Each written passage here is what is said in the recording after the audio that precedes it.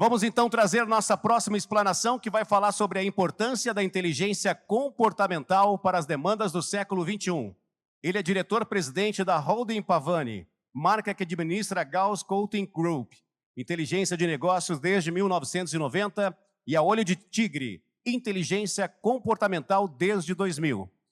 Antes de apresentar o nosso próximo palestrante, mais uma vez eu peço a gentileza de silêncio na plateia.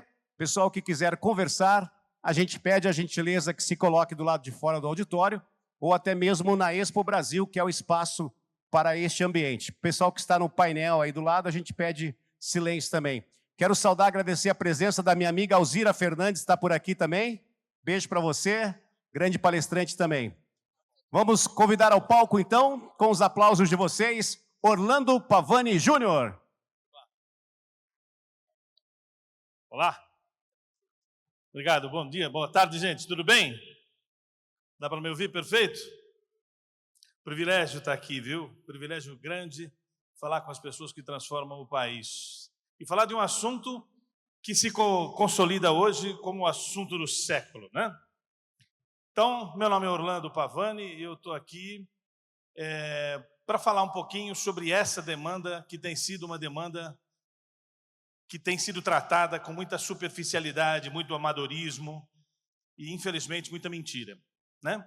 Mas vamos lá. Esses slides que eu vou passar, depois a coordenação pode passar para quem tiver interesse, e quem pedir depois nos links que eu vou dar aqui, pode pedir para mim e eu mando direto no WhatsApp também. Tá bom? Vamos lá.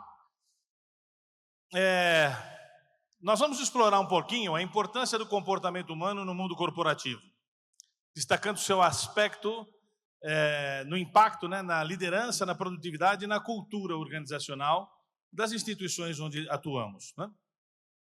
Abordaremos as principais tendências e estratégias para desenvolver habilidades comportamentais que impulsionam o sucesso empresarial, além dos desafios enfrentados pelas empresas em instituições governamentais. A minha experiência toda é em organizações públicas, durante 35 anos de jornada em consultoria organizacional. Eu faço parte da Holding Pavani. A Holding administra duas empresas. Uma é a Gauss Consulting Group, que fala sobre primazia da gestão. E foi aqui que eu comecei a minha jornada como consultoria e como especialista em comportamento humano. Implementar mudanças de gestão nas organizações, implementar as melhores práticas de gestão, se enfrenta muita resistência, certo? Essas resistências eu sabia tratar como lá no século passado. Eu sabia demitir as pessoas que resistiam às mudanças que eu queria implementar, que eu tinha estudado para implementar. E eu percebi que quando a gente demite uma pessoa resistente e comportamentalmente nociva, a gente, para recontratar o substituto, pega uma pessoa tecnicamente pior que a anterior e comportamentalmente tão nociva quanto. Então, não resolvia demitir as pessoas, eu tive que estudar ciências do comportamento. Então, eu talvez seja um dos profissionais do Brasil que tem uma sólida carreira sobre management, sobre gestão. Tenho 2 mestrados, escrevi livros, vocês vão ver aí. Mas eu tive que me especializar em ciências do comportamento. E aí, a gente desenvolveu a Olho de Tigre, que é a outra empresa da Holding Pavani que fala sobre primazia da gestão, que fala sobre comportamento humano, que é o que eu vou falar aqui para vocês. Esses são os livros que a gente produziu, esses 2 primeiros sobre comportamento humano e esses 3 últimos sobre gestão de uma maneira mais ampla. E ali vocês podem me achar nas redes sociais, @Orlando Pavani. Estou em todas as redes sociais, a gente pode se comunicar por lá e pegar os materiais que a gente vai disponibilizar aqui por lá também, tá? Bom, eu vou dividir os meus 40 minutos aqui em 4 sessões de 10 minutinhos, tá? E eu vou falar sobre gestão na mudança, a diferença entre motivação e automotivação, modelos mentais e saúde mental. Vamos falar um pouquinho sobre isso e que isso tem a ver com vocês aqui na gestão e na atividade que vocês executam na instituição onde atuam. Gestão na mudança. Nós temos que entender que nós temos 2 mudanças acontecendo no mundo. Uma mudança é aquela que mudam processos, mudam sistemas, e são as tecnologias disponíveis. Elas estão aí, quem se adapta, quem não se adapta, sofre. Ok? É mais ou menos assim. é da esquerda, que a gente chama de MO, mudanças orgânicas reais, elas estão acontecendo. E a da direita são as mudanças culturais, as mudanças que acontecem dentro da cabeça da gente, ou que deveriam acontecer. São as mudanças de modelos mentais, as estruturas de pensamento. É muito provável que as mudanças que aconteceram do lado esquerdo, e do qual nós somos alvo, elas sejam mudanças que fazem com que nós captemos que alguém que conduziu aquelas mudanças do lado esquerdo tenha mudado mentalmente alguma coisa antes. Percebe? Então, a mudança dentro do cérebro acontece primeiro em algumas pessoas para produzir a mudança do lado esquerdo lá. E alguns de nós ainda não promoveram essa mudança cerebral, não é? Então, veja, isso aqui é um exemplo claro das mudanças que estão acontecendo, né? O jogo de xadrez, ele tem as mesmas peças, as mesmas regras, os mesmos tipos de estratégia, mas temos um tabuleiro para jogar um outro participante, 3. O simples advento de pedras vinhos ali, né, faz com que todos os livros que eu estudei de xadrez não sirvam mais. Ou seja, o conhecimento que nos trouxe até aqui não nos tirará daqui. Ok? O conhecimento que nos trouxe até aqui não nos tirará daqui. E, portanto, eu tenho aqui a OECD, a Organização para a Cooperação do Desenvolvimento Econômico, a OCDE. São organizações especificamente criadas para estudar a mudança. Ela criou a Association of Change Management Professional, quer dizer, uma associação de profissionais exclusivamente dedicada a tratar a gestão da mudança, essa mental que nós estamos nos referindo, de empresas de quaisquer tamanho e significados, né? E aí surgiu o HUCMI, não sei se vocês conhecem, o HUCMI, Human Change Management Institute, ou seja, Instituto de Gestão da Mudança Humana. Esse instituto tem uma formação específica, baseado nessas literaturas aqui, que são literaturas muito importantes, que eu considero leitura obrigatória, e que surge aí um novo cara, né? O Change Management Officer, ou seja, o gestor da mudança, o chefe da gestão da mudança, que basicamente a gente pula esse assunto, a gente não lida direito com esse assunto da forma como eu vou tratar aqui. A minha formação para aprender a falar sobre isso foi medicina. Eu sou talvez um dos poucos formados em administração, com mestrado em administração, que foi fazer medicina. E aqui o que eu vou trazer é o conhecimento trazido dessa formação em medicina do comportamento. Ok? Então, veja, aqui alguns livros que falam sobre cultura organizacional, que muitas vezes a gente pula, não lê, não faz parte da nossa literatura do dia a dia. E aqui, estudar a mudança significa, em algum grau, estudar a morte. Foi estudando tanatologia, que é o estudo científico da morte, a aplicação da tanatologia na gestão da mudança se deve ao fato de que as pessoas que participam das mudanças que são empreendidas vivem uma espécie de luto antecipatório. Mudar é fácil, senhores? É gostoso mudar? É muito pouco provável que alguém curta a mudança de maneira genuína. Toda vez que ela acontece com a gente, ela não pede, ela não é uma coisa natural, é uma coisa meio que forçadinha. E essa forçação de barra é quase como se a gente estivesse se preparando, é um luto antecipatório. Estudar tanatologia visa reduzir o medo que a gente tem da mudança. Porque o que a gente tem da mudança é medo.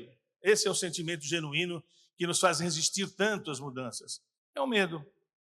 A gente pode usar qualquer argumento mais cognitivo, mas é um medo que está funcionando lá dentro, não é? E a tanatologia estuda a morte, que é a maior mudança que a gente vai passar na nossa história, né? E ninguém se prepara para ela, né? Dá para se preparar para morrer? Vamos começar a dormir no caixão para ver como é que fica? Não é assim que a gente faz, não é? Então, como é que se prepara para isso? Isso aqui é uma teoria, o período de transição da gestão de uma mudança de cultura. Você vê que aqui, ó, eu tenho uma figura, né? Que ela representa uma curva, né? Se assemelha à letra U. É daí que veio o nome da teoria U de Otto Scharmer, o livrinho que está ali à direita. Ali mostra o quanto a gente resiste para mudar. Antes da mudança, a gente está de boa, nível de consciência alta, moral lá em cima. Conforme a mudança vai acontecendo, seja ela qual for, tá? Primeiro a gente nega a mudança, a gente acha que as esperanças que estão se divulgando são falsas, a gente tem raiva, pânico, barganha, e aí começam as doenças mentais. A depressão, as síndromes todas, cada vez mais perto da gente tem alguém que tem alguma síndrome. Ou dorme pouco, ou tem ansiedade, ou fica vermelho quando fala, e tantas quantas circunstâncias que nos fazem mais sofrer do que curtir a vida como ela foi constituída para a gente, né? Então, o que a gente tem que ver aqui? Como é que a gente enfrenta? Olha, antes da mudança, a mudança quando ocorre, a gente chama de vale do desespero, e quando a gente consegue superar essa dificuldade, quando a gente desenvolve a nossa inteligência comportamental, a gente começa a curtir esse processo, a bicar esse processo, a experimentar a benesse da mudança, né?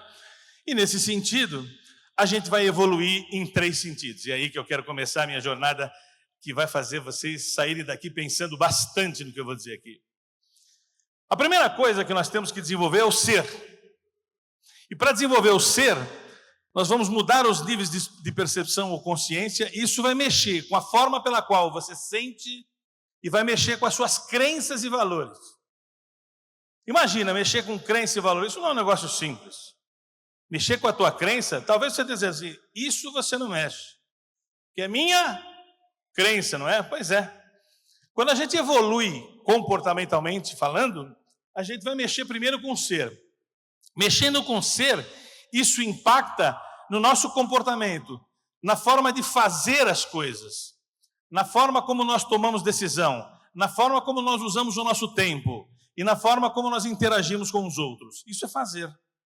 Mas eu não mudo o fazer sem mudar o ser. E se eu mudo o ser, tem um impacto no fazer, terá um impacto no adquirir, terá um impacto no ter. Inexoravelmente, isso impacta o ter. De uma certa forma, é isso que a gente precisa fazer.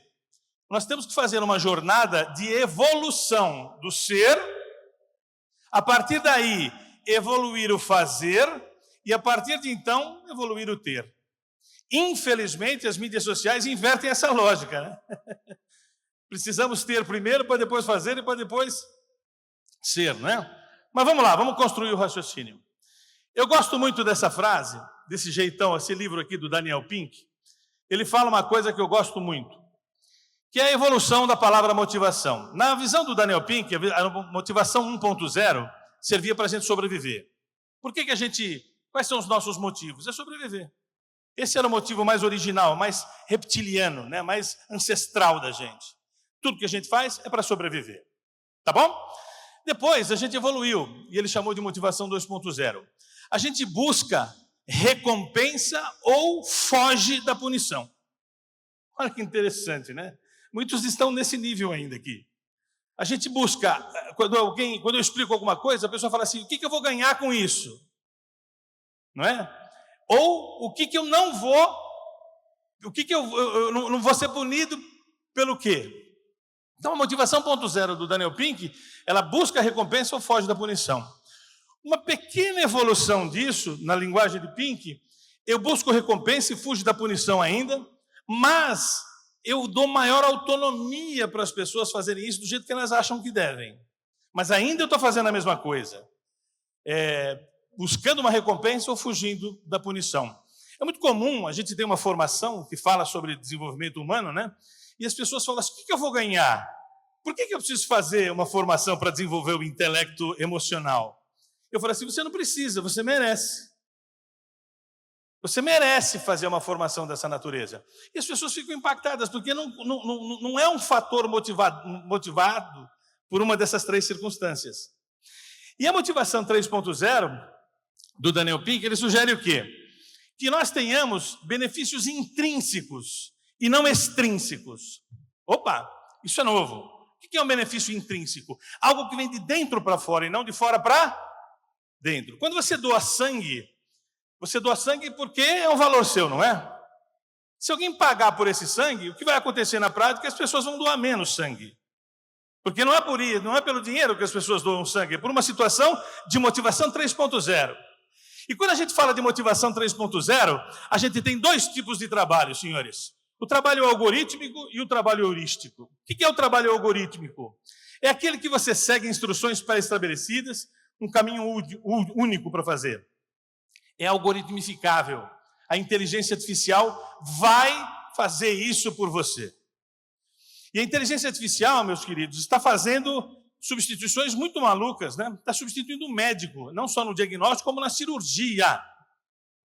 Porque é um trabalho algorítmico, protocolar.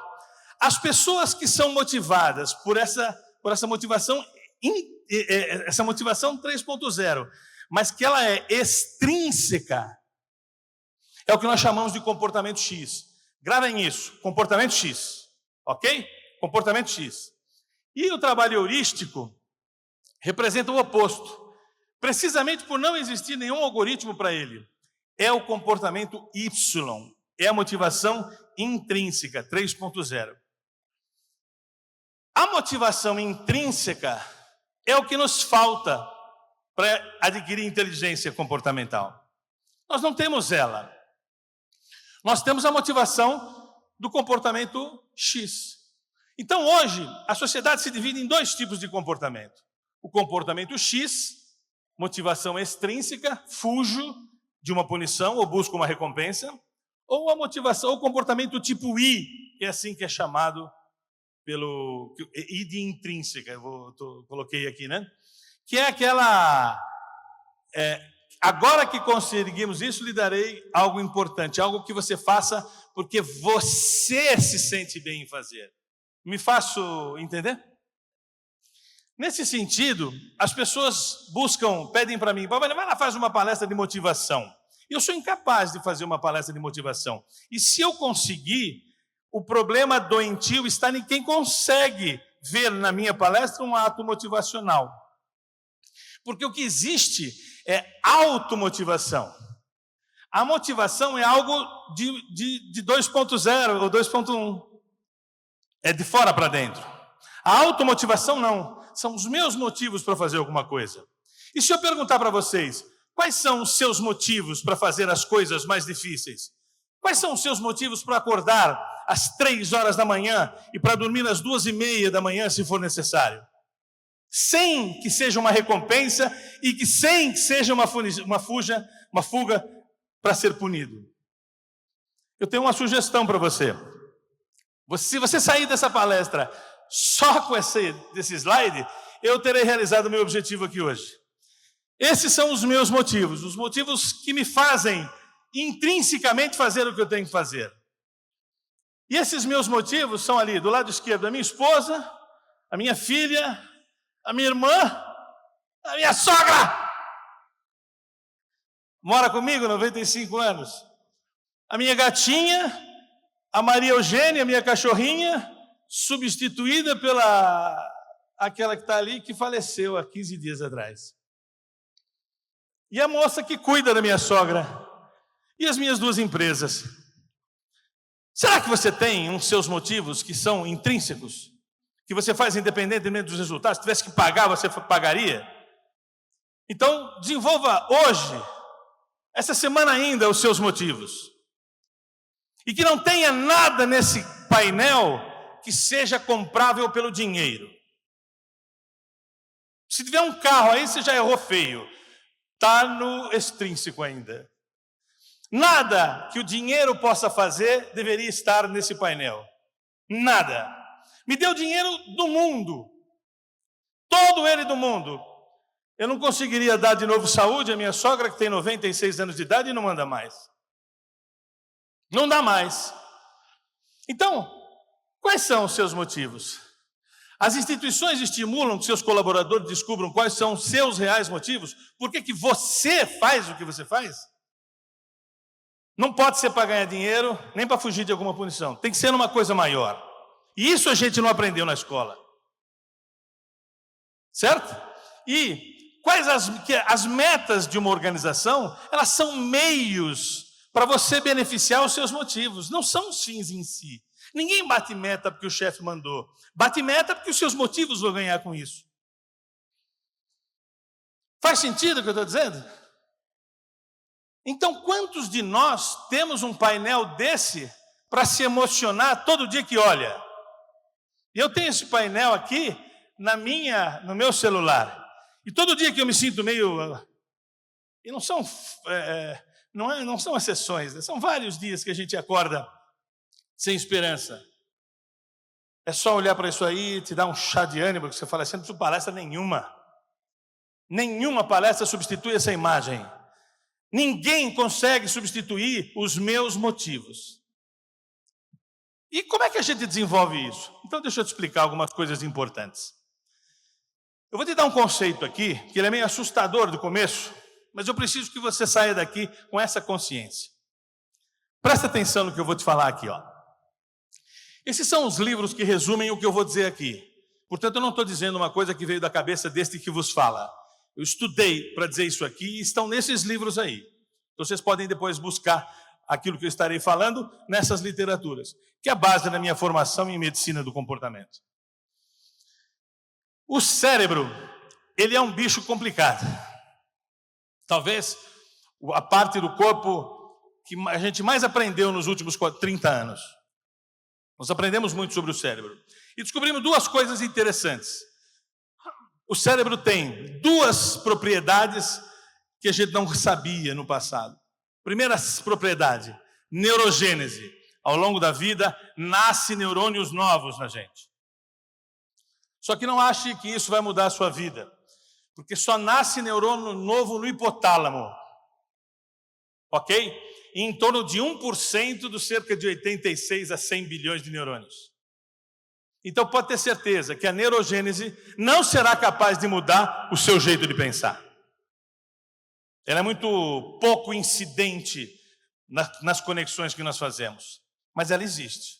E só no hipotálamo. Só acontece lá. Não acontece em nenhum outro pedaço do cérebro. Ok? Mas nós temos uma outra coisa, e é aqui que eu quero focar meu processo. A neuroplasticidade. Se nós não temos tanta capacidade de substituir neurônios novos por neurônios velhos, a capacidade de produção de neurônios ela é pequena, por isso se você fuma maconha, você mata neurônios, e isso não vai ser substituído, ok? Você vai perder capacidade intelectual. E veja, a neuroplasticidade descobriu o seguinte, presta atenção, para te explicar a neuroplasticidade eu preciso explicar isso aqui. Olha, esse slide aqui não é ensinado para a gente. A maioria das pessoas desconhece o que eu vou falar aqui. Mas prestem bem atenção nisso. Isso aqui é um neurônio, e o neurônio é formado por um corpo celular, uma parte central, que tem energia elétrica ali, por algum motivo. E de um lado tem uma série de terminais chamados dendritos, e do outro lado tem uma série de terminais chamados axônios. Quando um terminal dendrítico de um neurônio conecta por eletromagnetismo com outro pedaço de um neurônio axônico, o terminal axônico, isso faz uma coisa que nós chamamos de sinapse, do lado direito aqui. Já ouviram falar nesse nome? Sinapse. O que a sinapse é? É um canal de transmissão de energia elétrica e química. Ok? Energia elétrica e química. E a gente tem muitas conexões sinápticas ao longo da vida. São essas conexões sinápticas que modelam o seu jeito de interpretar o que eu estou falando aqui agora. Muitos de vocês podem achar, eu estou prestando atenção no que o Pavani está falando, mas não é o que está acontecendo. Na prática, você está julgando o que eu estou dizendo. E no seu cérebro funciona assim. Tem um balaio de coisas onde você guarda as coisas legais que eu estou dizendo. E o outro balaio você guarda as coisas não legais que eu estou dizendo. E você, eu estou falando, você está jogando aí. No final, se tiver um monte de coisa no balaio de coisas legais, você vai achar uma palestra bacana. Se for ao contrário, você vai achar uma palestra que não agregou tanto valor assim. Porque você julga. E esse julgamento que faz você jogar as coisas nesse balaio é o seu modelo mental. Caracterizado pela forma pela qual os neurônios foram sinapsados. Ok? Como é que isso acontece? Foram as sinapses que modelaram o nosso sistema de entendimento do mundo. as realidades, a forma de você interpretar o que eu estou falando agora, foram essas sinapses que fizeram isso com você. Ok? Então presta atenção nesse conceito aqui, ó. De 40% a 50% das conexões sinápticas foram feitas no momento que você tem 3 meses intrauterinos, de 2 a 3 meses intrauterinos. Significa dizer do quê? De 40% a 50% do jeito de você interpretar o que eu estou falando agora é circunstância de uma condição genética, consolidada aos 3 meses intrauterinos. Está claro? É genético. 40% dessas constituições sinápticas foram genéticas. A herança de papai e mamãe. Se você evoluir, 70% das conexões sinápticas, portanto, de 30% a 40%, né? De 20% a 30%, evoluiu nos 6 meses de gestação. Quer dizer, do 3º mês até o 9º mês. Fruto do que mamãe pensou, ou fruto do que mamãe sentiu? Fruto do que mamãe sentiu. Quer dizer, o que a mamãe sente nos 6 meses de gravidez após a concepção da vida da criança, que é o que espera aí de 2 a 3 meses para acontecer, onde tem cérebro, espinha dorsal e intelecto, né? Aconteceu no momento da gestação. O que significa dizer? 70% do jeito de você interpretar o que eu estou falando agora foi consolidado nos 6 meses da gestação pós o 3º mês. 85% das conexões sinápticas foram consolidadas até os 8 anos de idade, até 1 ano de idade. 85% da sua forma de interpretar o mundo foi consolidada até você formar 1 ano de idade. E 98,5% das suas conexões sinápticas foram consolidadas até os 7, 8 anos de idade. O que isso quer dizer na prática? Isso quer dizer na prática uma coisa muito triste, que a forma de você interpretar o mundo foi consolidada quando você tinha 7 anos de idade. De lá para cá nada mudou. E se você tinha 7 anos de idade, quando você tinha 7 anos de idade, você estava no século passado, você tem uma grande dificuldade de entender o século XXI. Porque o seu modelo mental está constituído por uma circunstância neurobiológica da qual você é mais refém do que protagonista. Então eu pergunto, não existe realidade, só existe? Fala comigo, não existe realidade, só existe? Isso é muito louco. Aquilo que você percebe não necessariamente é a reali, é a sua forma restrita de entender o que está se acontecendo na sua frente. E olha que coisa legal. O que eu vejo, o que eu sinto é confiável? Não é, porque os modelos mentais foram constituídos até os 7, 8 anos de idade, quando você não tinha nenhuma consciência do que estava acontecendo. E mais, será que existe mesmo livre-arbítrio? Agora já cheguei em crença. Olha a desgraça. E a medicina já disse a muitos de nós, o arbítrio existe, é o que no original da Bíblia está escrito, mas livre ele não é. Você não tem capacidade de gostar de que você não gosta.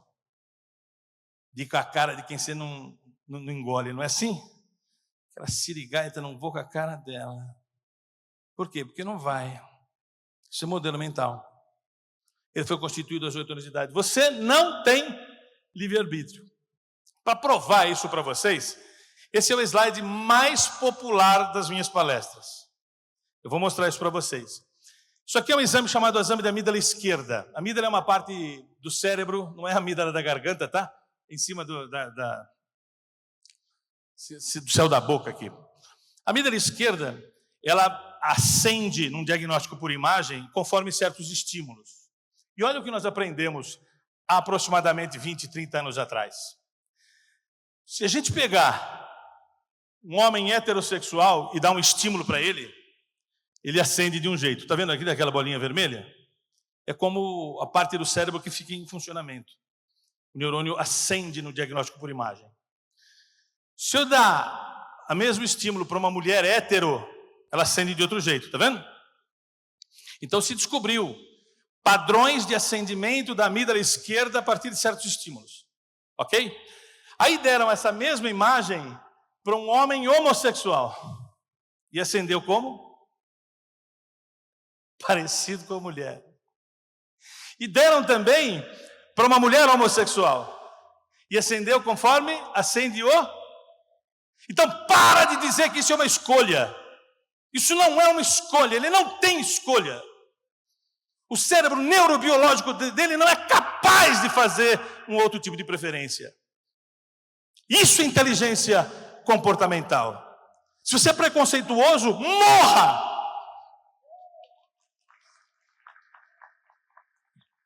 Porque você precisa entender o que está acontecendo. Isso é ciência. E as pessoas não sabem disso. Esta pessoa que tem esse homem que tem uma preferência, ele tem uma constituição sináptica da qual ele não controla, ele não consegue mudar. E vejam, senhores, não é uma simples escolha. Para de achar que isso é uma escolha. Não é. É uma constituição neurobiológica. E eu não tenho tempo para explicar mais, mas eu teria aqui só 4 horas para falar só desse slide, mas não dá tempo. Então deixa eu explicar uma coisinha bem rápida para vocês, que eu tenho só 10 minutos.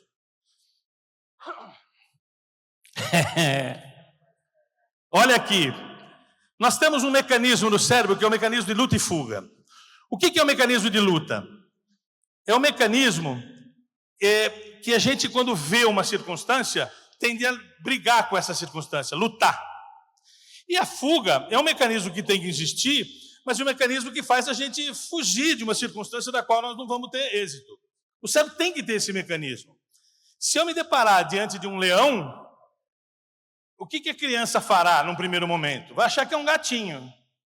Vai brincar com o gatinho grande vai arrancar o bracinho direito dessa criança. E o que ela vai fazer? Vaza, ela vai correr. Se ela não tiver isso no automático dela, no sistema nervoso autônomo dela, ela vai morrer. Então, como nós somos preparados? Para lutar como padrão e fugir como exceção. É para isso que a gente vive. Luta como padrão. Não deu para vencer? Então vamos fugir. Essa é a lógica. O problema é que nós, do século XXI, invertemos esse negócio aí. A gente luta por exceção e foge por padrão. Isso muda completamente a nossa história. Se você procurar nos primeiros capítulos de qualquer livro de neurociências, você vai descobrir o conceito de felicidade. O conceito de felicidade é aquele que está no modo fuga. Você está feliz? Então você está fugindo de alguma coisa. E por que isso é tão louco? Pavani, para mim não passar mal, é só eu não fazer as coisas que eu não gosto. Eu não gosto de trânsito, eu vou para uma cidade que não tem trânsito. Eu não gosto de pagar boleto, eu não pago boleto, eu não gosto... Né? Fica fácil a vida assim. Eu preciso entender as coisas que me deixam desconfortáveis, enfrentá-la para que elas não deixem a mim mais desconfortáveis. Esse é o trabalho. Eu não consigo dormir. O que você faz? Vai no psiquiatra. O que ele faz? Te dá um remédio. Aí o que você faz? Dorme. Aí você fala, funciona. Aí você toma 6 meses esse remédio. E depois? Não funciona mais, você tem que trocar de remédio. E não busca a luta para enfrentar essa causa que te deixa sem dormir.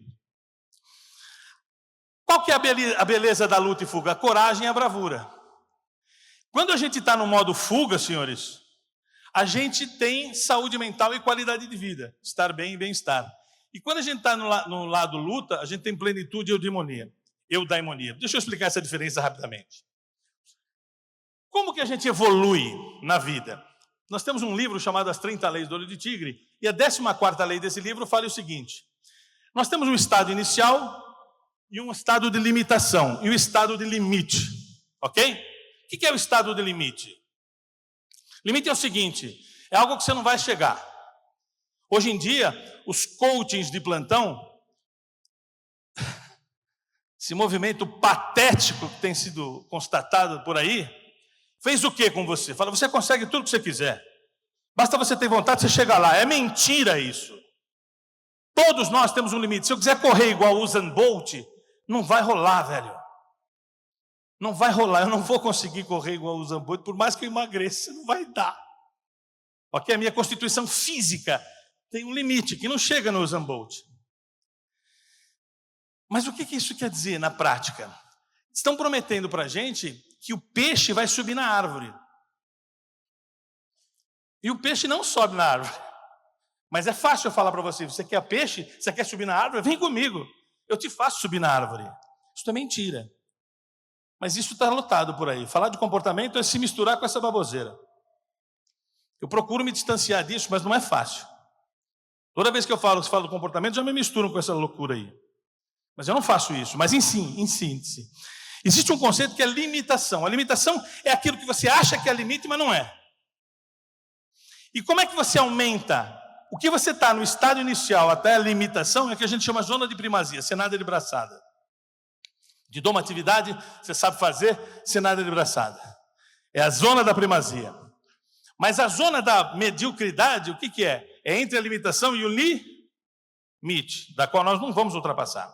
Onde a gente aprende? Na zona da primazia ou na zona da mediocridade? Onde a gente aprende mais? É na zona da mediocridade. Portanto, se você acha que o teu mandato ou os teus desafios lá na sua cidade serão na zona de primazia, esqueça.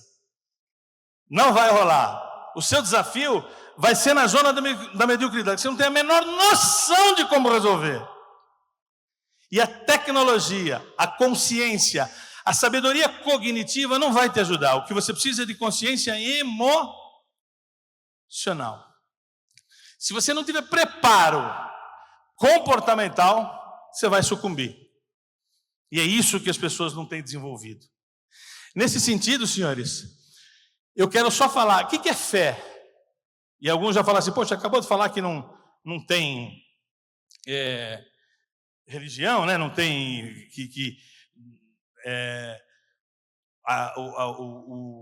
como é que é o nome lá que eu falei? Que aqui, o livre-arbítrio, né? E o que eu quero dizer assim? Pô, você falou que não tem livre-arbítrio, agora está falando de fé. Por que eu estou falando de fé? Porque, embora a ciência não valorize muito a fé, a parte medicina valoriza a fé. Sabe o que é efeito placebo?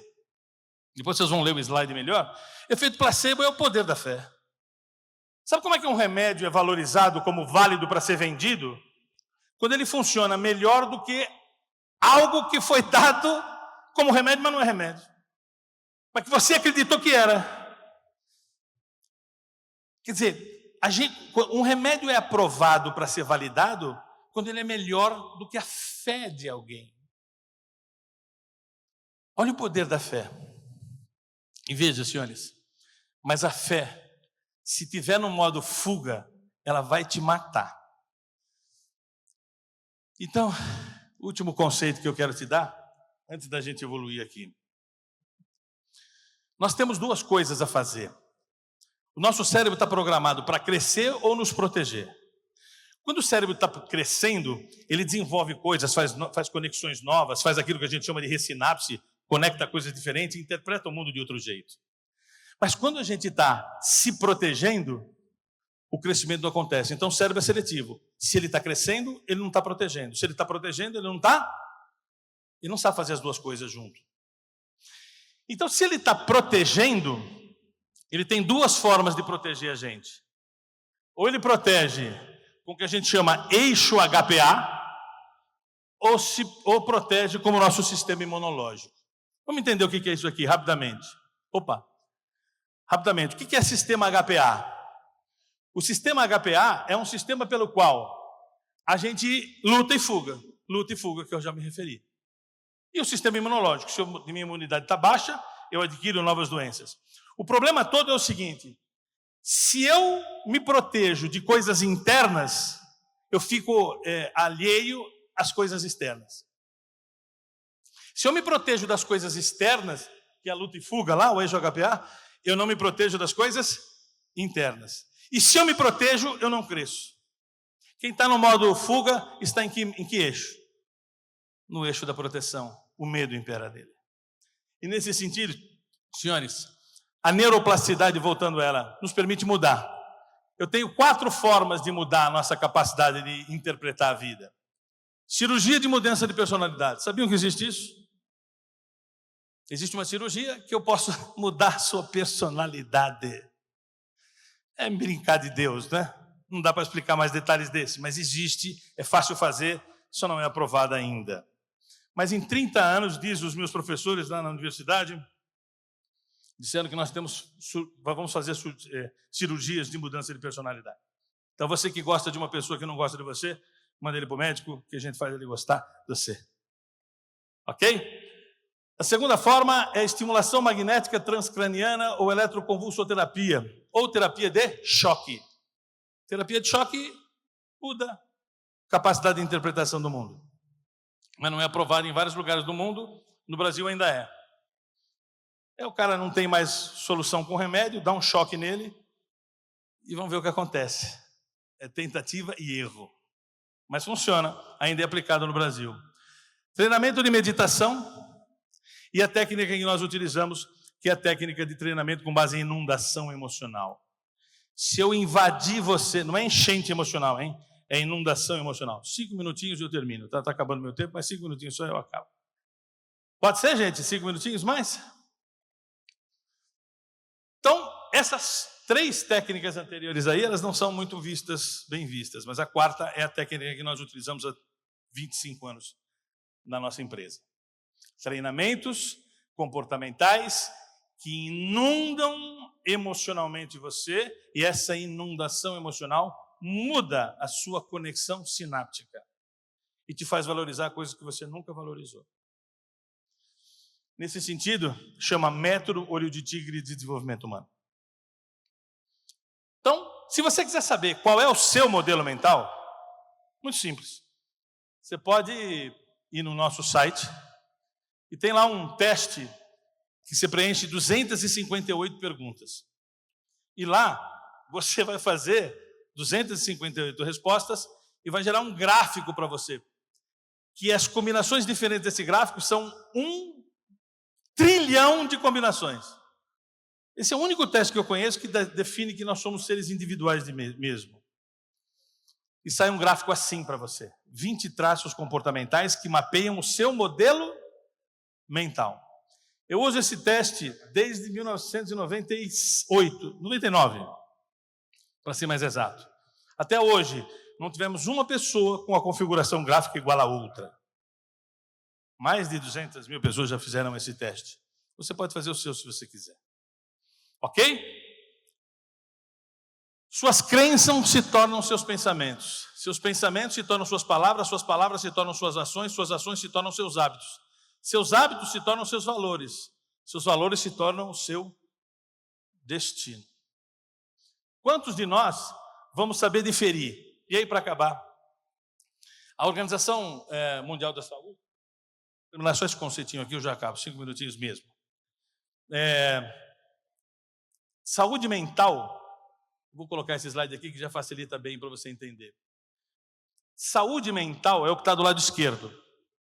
É garantir a você bem-estar, bem-estar.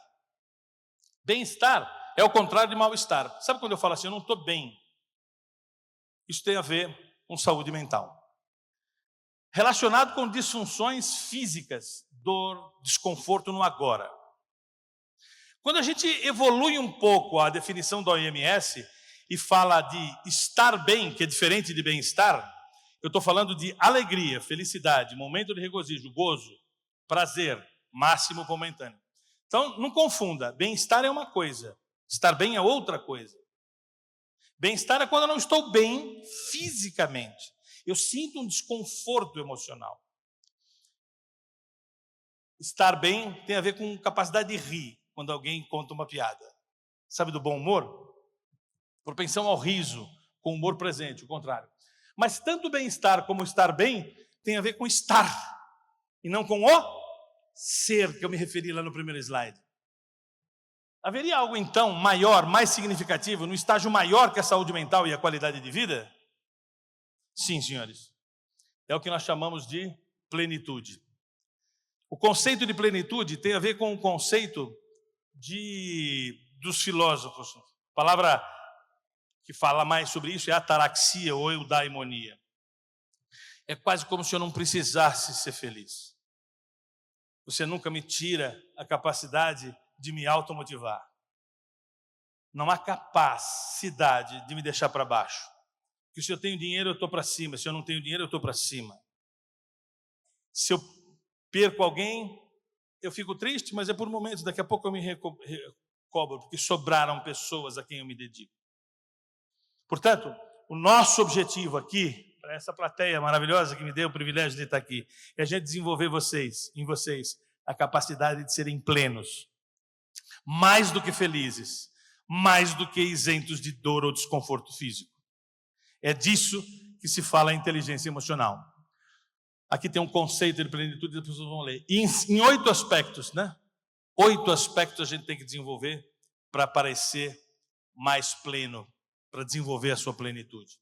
Enfim, a mente que se abre a uma nova ideia jamais volta ao seu tamanho original. Espero que o que vocês ouviram de mim aqui hoje possa fazê-los continuar nessa jornada, comigo ou semigo. Mas que vocês não parem, não estudem apenas cognitivamente. A universidade não vai lhe dar estas informações. Nós precisamos que dediquemos tempo e dinheiro a ser um pai melhor, um tio melhor, uma mãe melhor, um dono de cão melhor, um primo melhor, um esposo, uma esposa melhor. E a gente está querendo formar líderes bons sem antes desenvolver uma pessoa boa. Isso não existe. Pessoas ruins serão ruins sempre.